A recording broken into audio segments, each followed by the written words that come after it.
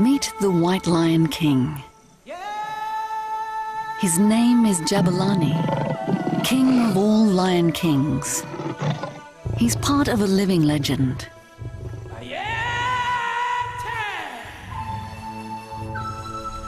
African tribes worshipped his ancestors for thousands of years.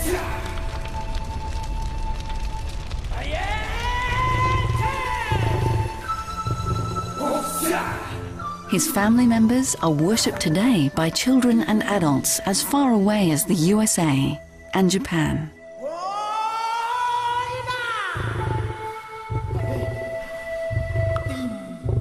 Here in Africa, Jabulani and his family are living proof that rare species can be saved to survive and thrive.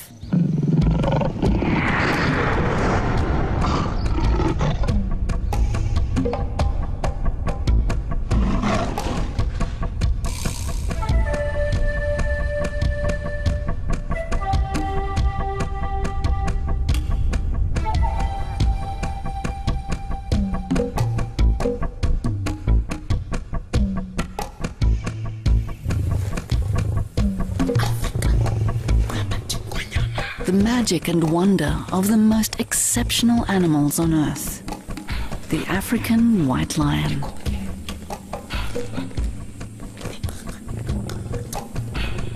They're incredibly rare. Only 300 white lions live in the world today. That doesn't sound like many, but 30 years ago, there were just 3 of them. And their story is an inspiration to people and conservationists everywhere.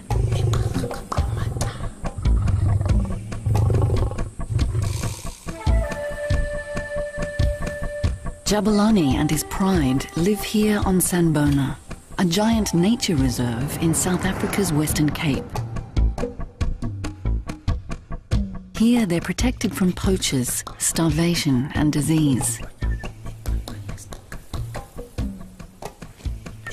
They're a natural African lion. They're not albinos, and they weren't created over centuries by breeding. And many Africans believe they come from somewhere special.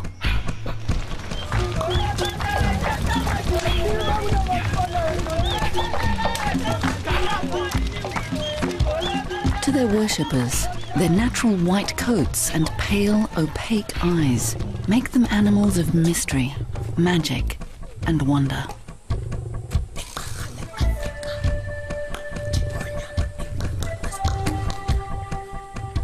In Africa, the white lion was viewed as a creature of deep reverence, to be protected, to be cherished, and to be shielded from harm. Credo Mutwa is a senior African shaman of great respect and power. He and his people believe an ancient legend that tells how Jabulani's ancestors, the White Lion Kings, came to Earth. There was a woman, her name was Numbi. Numbi was the queen of a small tribe in the Eastern Transvaal. It is said that one day there was seen a great ball of light coming down from the sky. Then a voice was heard coming from the light. Numbi, Numbi. The Queen Numbi, she walked into the very womb of the light. And then she disappeared. It is said that after some time, Numbi returned to her people, but she was no longer the Numbi that the people knew. She had become younger, become beautiful. After this, a strange thing was observed, that in that particular area where the light had settled, lions were giving birth to snow-white cubs with bright blue eyes.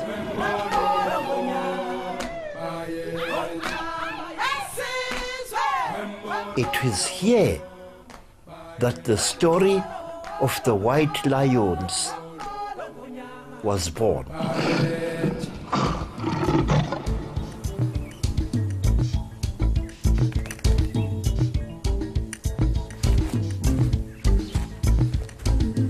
It's easy to see why Africans have revered lions since the days of ancient Egypt. And watching these marvelous creatures, it's no surprise they've captured the imagination of people everywhere in the 21st century. But it's only thanks to a stroke of incredible good fortune that white lions exist at all. If it hadn't been for these two old friends and a chance discovery in the remote wilderness, these mystical animals might have vanished into legend, never to walk the earth again.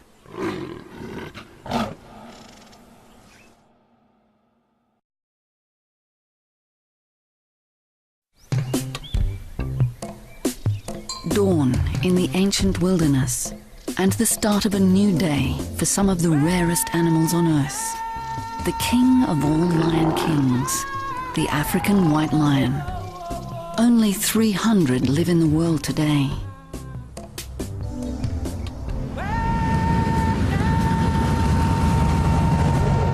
But if it wasn't for these two old friends, there would be no white lions in existence. They'd be a distant memory in African legend. Veteran lion researcher Chris McBride and his friend, tracker and former poacher Jack Metabula are semi-retired now. But over the last 40 years, they've contributed enormously to our knowledge of these mystical animals.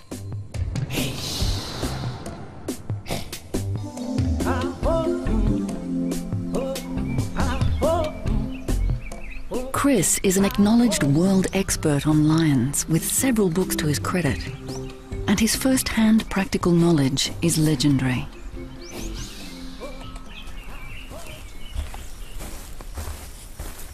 Jack had been tracking lions since he was a small boy.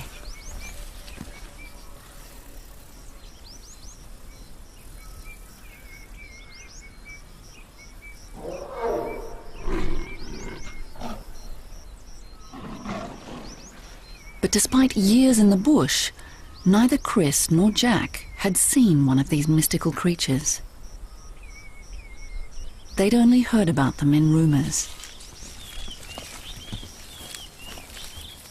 The last sighting was in the 1920s.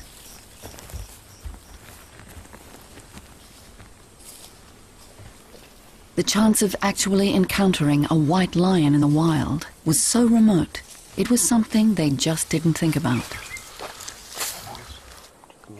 Hey, the lions have been drinking here. There's a lot of spoor here, huh? Then early one morning, they came across an amazing sight. A tawny lioness named Tabby had given birth to 3 white lion cubs.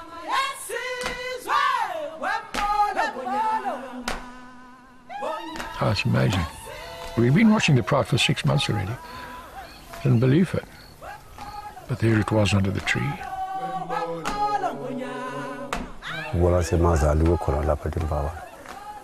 White lions just came. We don't know how they came. They were just born into that pride. The two men knew there was only one thing to do. They had to capture the cubs to save them from poachers and illegal hunters, and something even more life-threatening, the natural wilderness of Africa.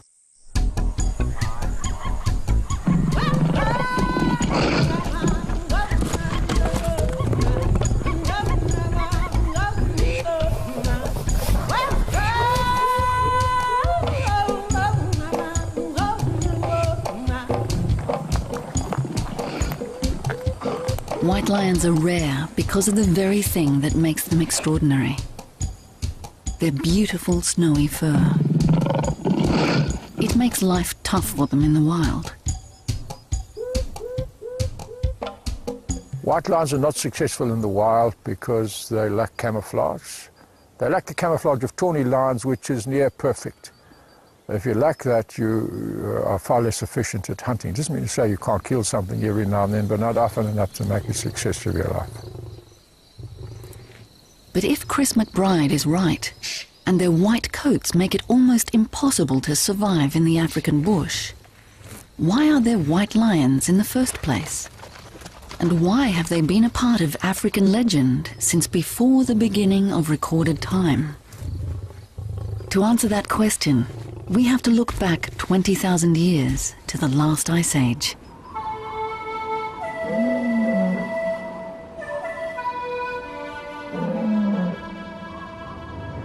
When lions ranged from Africa, Asia, right across Europe, and into the Americas, where vast areas of their territory were under ice and snow.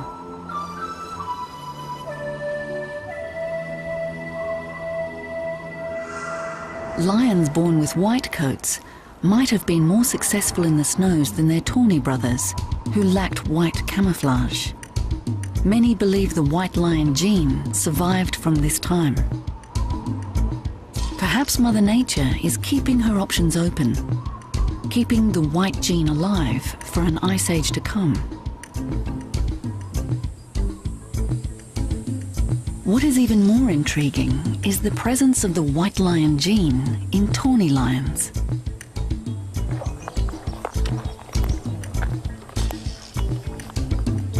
Remember, the 3 white cubs discovered by Chris and Jack in the 1970s were part of an ordinary tawny pride.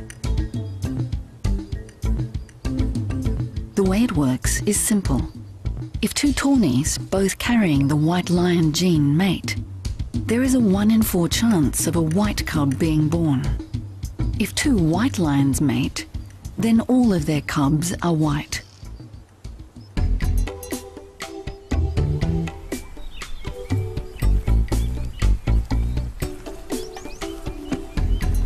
Chris and Jack still make occasional expeditions into the Timbavati area near the Kruger National Park, where they found the white cubs 30 years ago. Today, white lions are thought to be extinct in the wild. But what if more of the amazing creatures were still out here?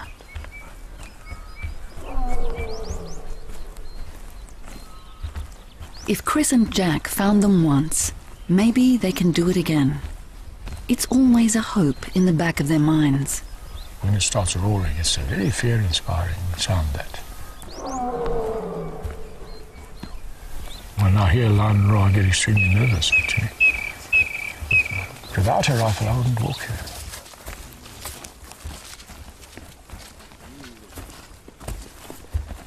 Hi. But this is a much more likely find. This is terrible. These are the bones of a lion that starved to death in a poacher's snare. What a waste. Here's a snare, probably a very odd lioness. They caught in a snare on the leg 5 or 6 years ago. So I tell you, it's wasting our lions here for no reason. They're caught in snares set for other animals. It's unlikely that it was a white adult. They're just too rare in a world where all lion numbers are rapidly dwindling. The major threat to lions is habitat destruction, because without a habitat for their prey, there are no more lions. There are also some of the other threats of poaching, snaring. If the habitat is destroyed, you've got no chance. But thanks to these old bushmen, there are more than 300 white lions living and breeding in the world today.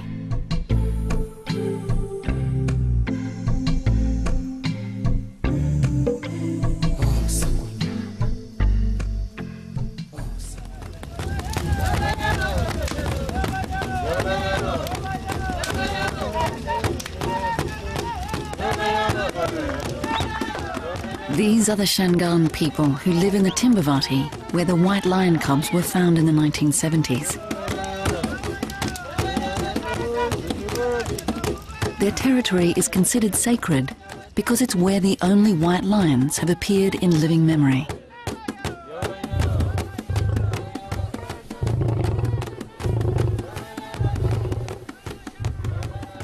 We Africans did not believe that human beings were superior to animals. We believed that I am the animal and the animal is me.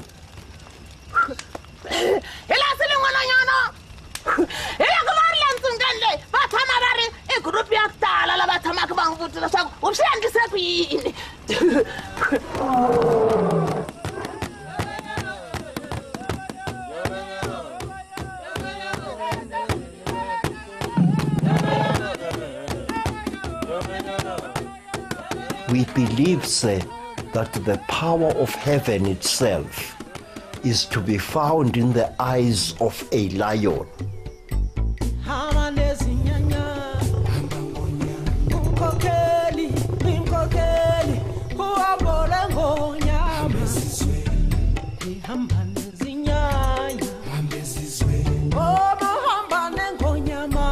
To Credo and the Shangaan, killing a white lion would be an act of sacrilege, almost like killing Africa itself.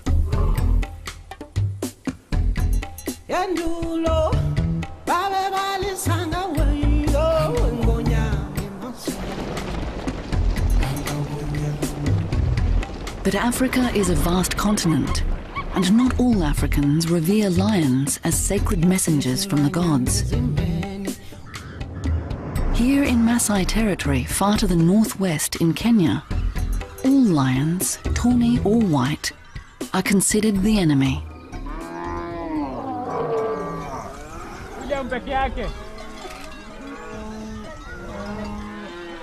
To the Maasai and many other tribal Africans, all lions are feared killers. For warriors such as these, dealing with lions is a simple question of kill or be killed.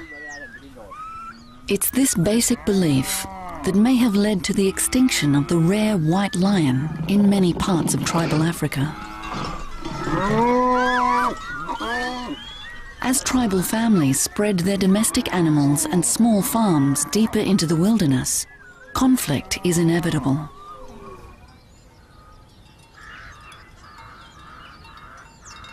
For the warriors, the cattle are an easily managed and convenient source of food. The lions stalking the herd view the cattle in exactly the same way.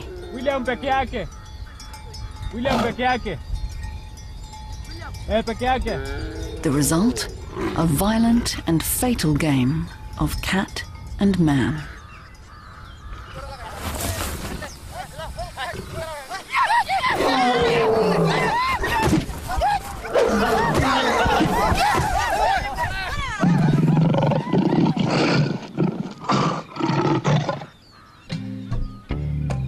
In the last 20 years, Africa's lion population is estimated to have plummeted by 90%, from 230,000 to less than 23,000.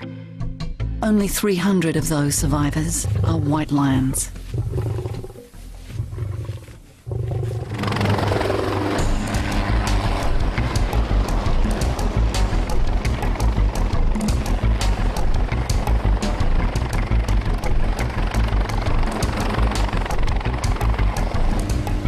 In South Africa today, there are more than 9,000 game ranches.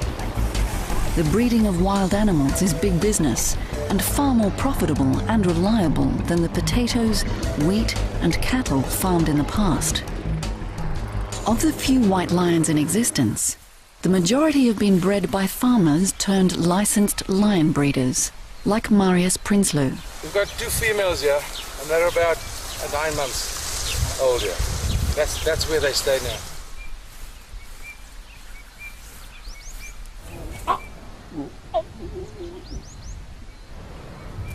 Marius has over 40 white and tawny lions. He sells white lion cubs like these to zoos and game parks all over the world.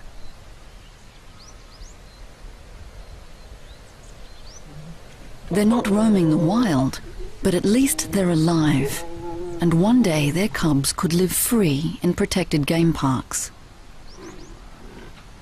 Like any farmer, Marius is breeding animals for profit. But at the same time, he's saving lions for the future. He believes his profitable business has turned him into one of the most effective lion conservationists in southern Africa. 10 years ago, there were 10 lions in the Free State province. These days, there are more than 1,000 lions in the Free State. It's just because they made them something worthwhile, people protecting them, it's an asset to the people.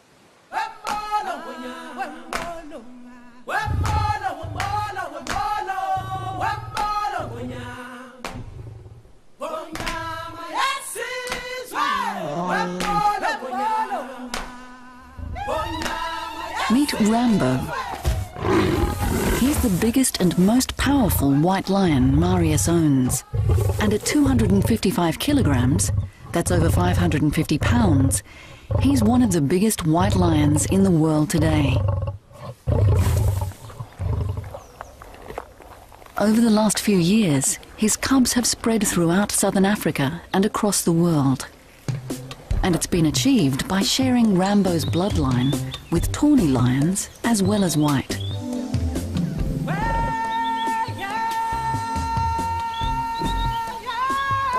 Marius believes captive breeding is the only way to repopulate and increase lion numbers.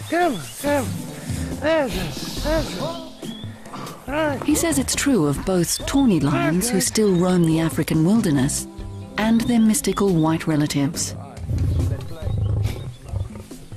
Because white lions are such a rarity, people just keep on putting white lions with white lions, and you get no new genetic material in it. What we're trying to do on the farm is to get in new genetic material. The good thing is to bring in tawny lions.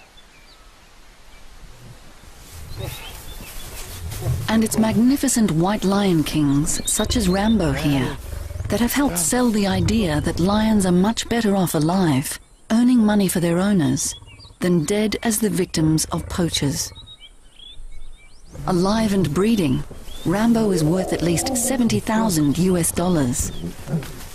Killed by a poacher, he is worth a tiny fraction of that amount. Killed in a conflict with cattle herders, he would be worth nothing. Marius's lions are safe from the poacher's snare, and the more lions Marius and other lion farmers breed, the more genetic variation they will have for a long-term future. But the big question hanging over white lions, as well as their tawny cousins, is what will their lives be like in 20 or 50 years from now? Should the white lions stay in their gilded cages? Or should they be allowed to live natural lives roaming the huge protected game parks of Africa? It's a complex issue. More complex than it might sound. But it's the next step in the story of the White Lion King.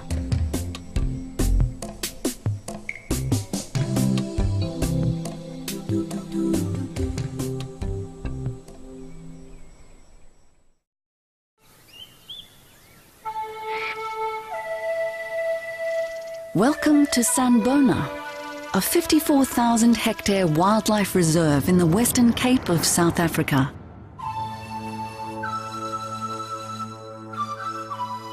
Here, white lions and hundreds of other African species live and breed so they will have a place in our long-term future.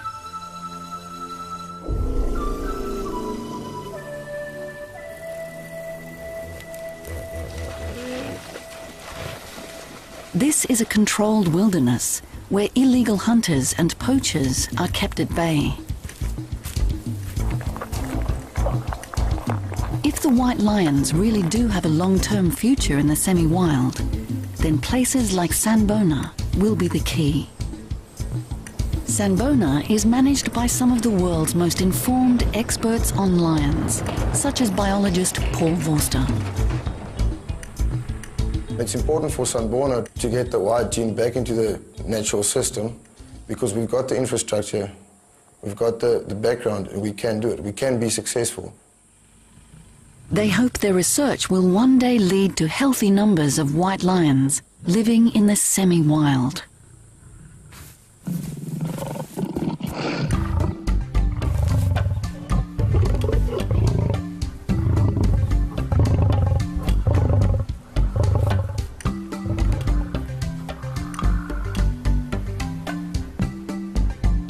White Lion King Jabulani and his consort, appropriately called Queen, are two of the most important and famous inhabitants of the reserve.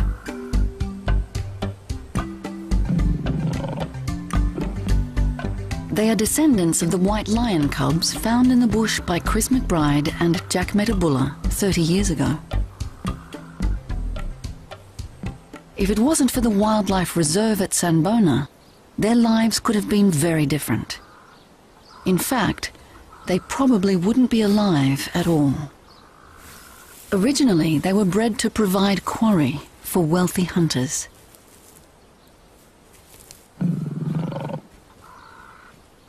But before they could be killed for pleasure, they were bought by the team here at Sanbona. Paul Vorster and co-owner Gaston Savoie are at the heart of the ambitious program to get large numbers of white lions back into the semi-wild.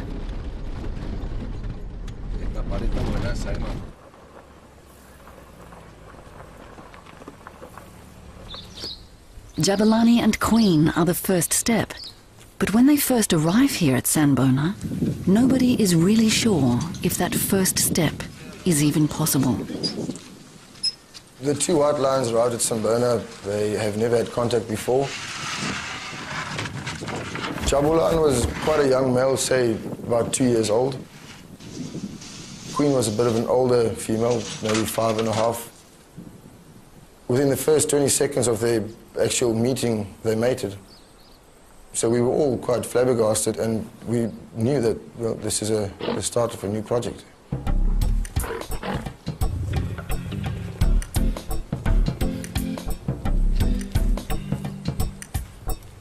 Jabulani and Queen become a royal couple and rapidly start a brand new white lion dynasty.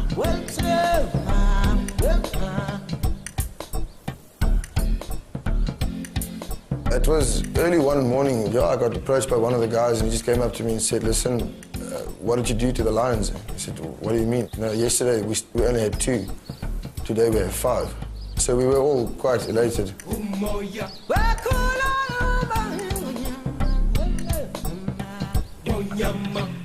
Under the supervision of Paul and his colleagues, the new royal family thrive.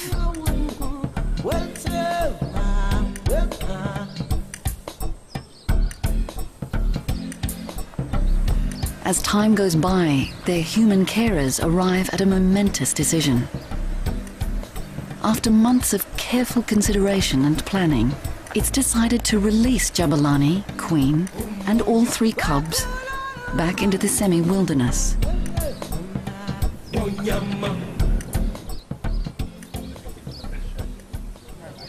Animal lovers from all over the world flock to Sanbona to watch history in the making. On one side of the fence, it's restricted safety. On the other side, it's the vast unknown.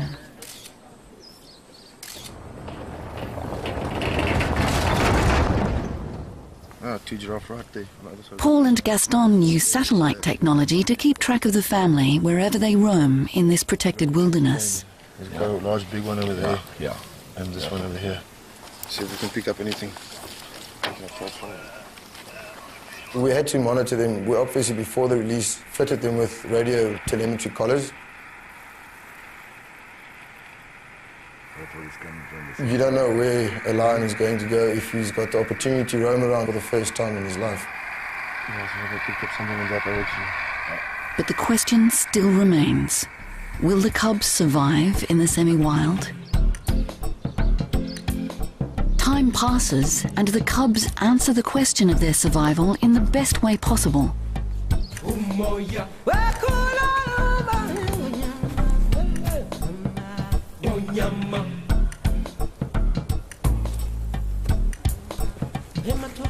Not only are they alive, but they are healthy young adults, strong members of their tiny white lion pride.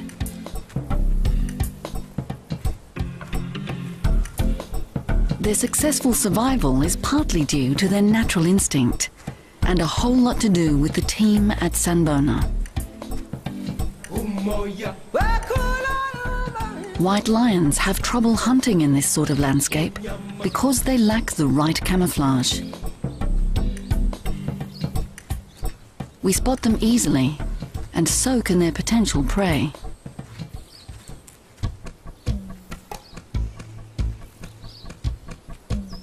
A healthy adult eats as much as 34 kilograms, 75 pounds of meat in a sitting.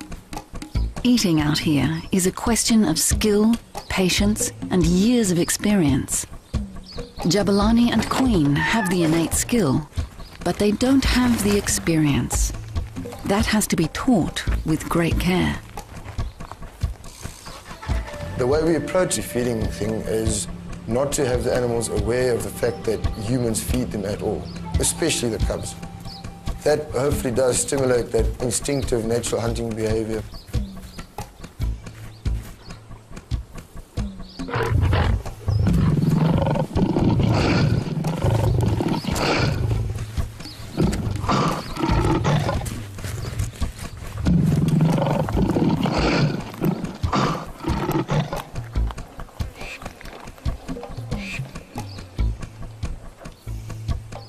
There is another aspect to their wildlife training that goes beyond hunting. To have a real genetic future, the cubs will one day have to join a tawny pride. It might be the only way to ensure the long-term survival of their bloodline. Here at Sanbona, Paul and Gaston believe that by introducing the cubs back into a wild tawny pride, they will ensure the long-term survival of the white lion gene. We thought, we can start off with this project and in future, in time, maybe get the white gene back into the system, into a tawny population of lions somewhere.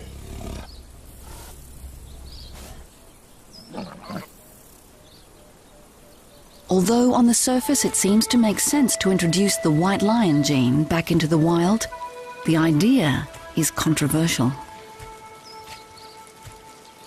For some biologists, these animals are genetic accidents. They claim that reintroducing them into the tawny mainstream will interfere with the laws of nature.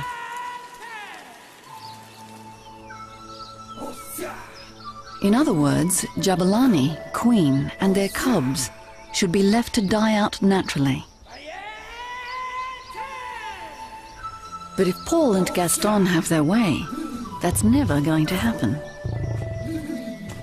Maybe it pops up again within 80 years, maybe within 300.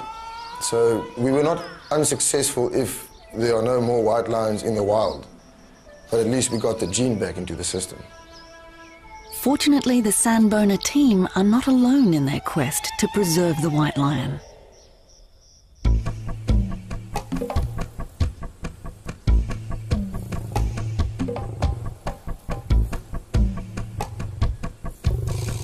Since the white lion cubs were discovered in 1975, the world has undergone a remarkable shift towards animal conservation, particularly here in Africa.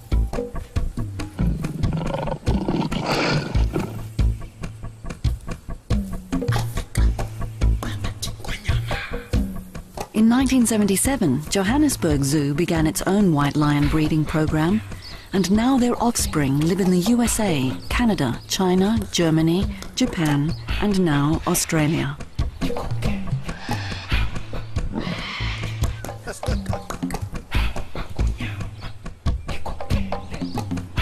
Hey, baby. Sally Pady is the owner of Mogo, a private zoo on the Australian East Coast. Have you seen anything more beautiful than that face? Hey? She and vet Steve Van Mill have travelled all the way to Johannesburg to chaperone 3 white cubs back to their new home in Australia. I've worked a lot with lions and we've got lots of lions at home, but to finally see a white lion and to become part of a program that is just so important is it's a wonderful, wonderful feeling. Look at this little guy. Who couldn't love it, huh?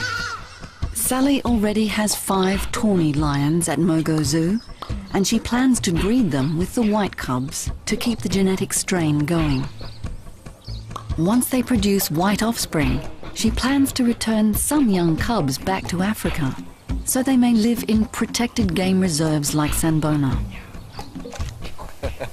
They like you, Stephen. They do, don't they?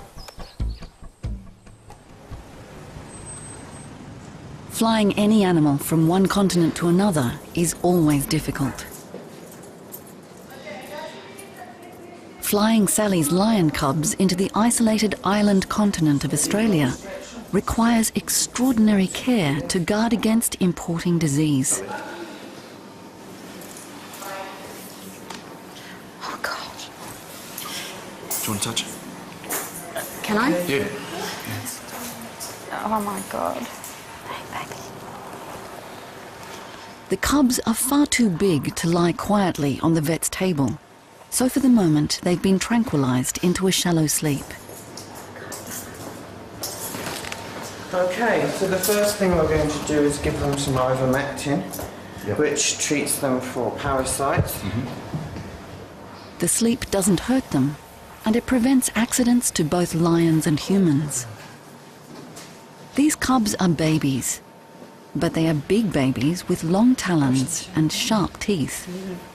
Oh, when they get... It's a beautiful They're big ones, they're very big. Okay, so we'll go and fetch the next one. This is also about protecting the cubs.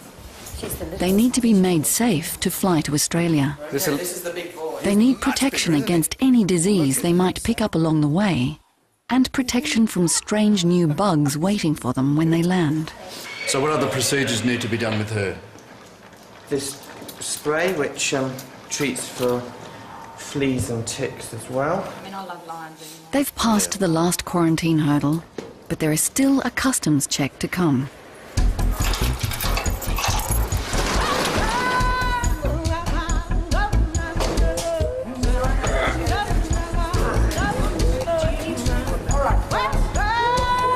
They should do, yeah. But if their heads squash up, they can't breathe properly.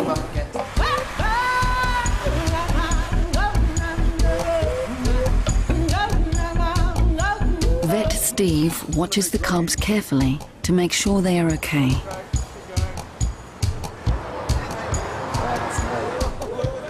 And they certainly cause a stir at the airport. They're in beautiful condition. Yeah.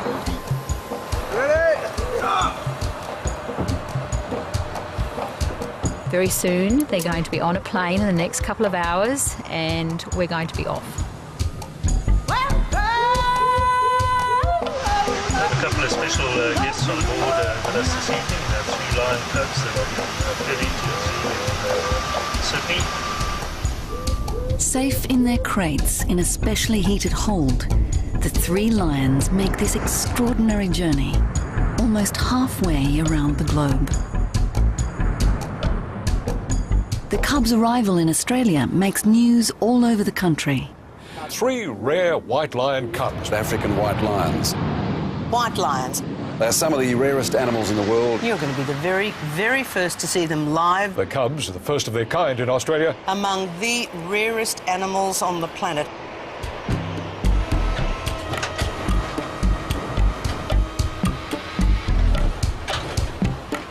At Sydney Airport, Sally and Steve see them for the first time since Africa, and they're just fine. They're all safe and well, and they've actually handled the trip pretty good. I think they handled it better than I did. I spent the whole 10 hours worrying about them. At Mogo Zoo, 5 hours south of Sydney, their reception is extraordinary.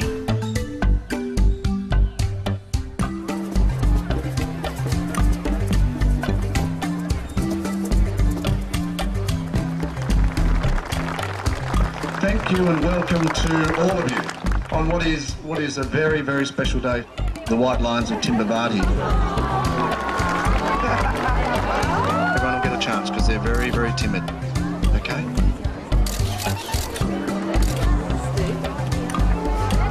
Safe in their new enclosure, the cubs begin their lives in Australia. Soon they may breed. Sally and everyone here at Mogo hope they may one day bring more mystical white lions into the world. And before long, nature's miracle occurs once again. 2 more tiny additions to the 300 white lions living in the world today.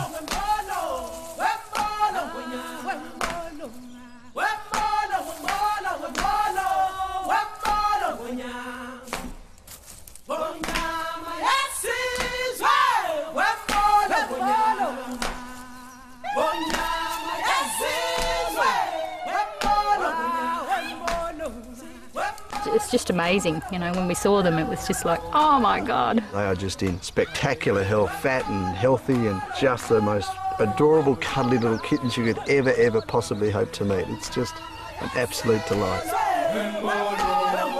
Our plan is to eventually breed them with the tawnies, and hopefully one day they would go back to Africa. Sally's dream may well come true, but in an extraordinary twist of fate, natural selection beats her to it. Far away in the African bush, genetics deal a completely unexpected hand.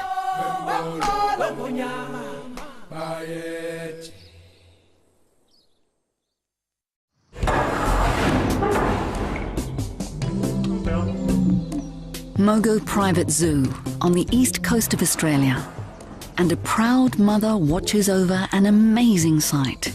2 white lion cubs born just days before.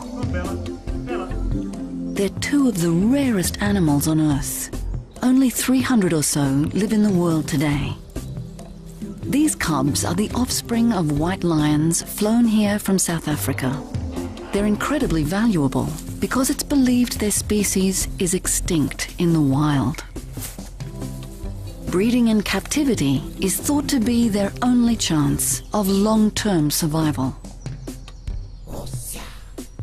In a strange reversal, the white lion story moves rapidly back from the new cubs born in Australia to their natural home here in South Africa.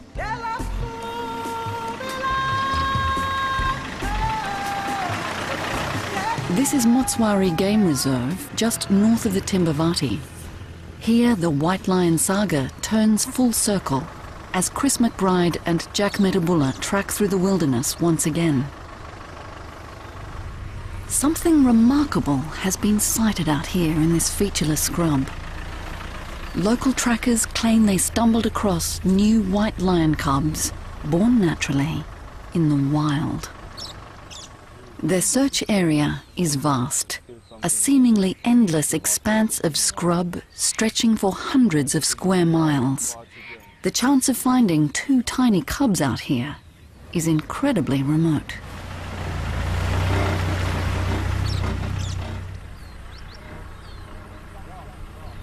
By day 5, the men have had enough. This could go on for weeks. But then the natural world gives them the privilege of a rare reward.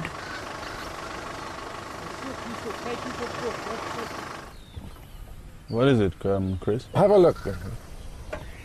2 white lion cubs born naturally in the wild.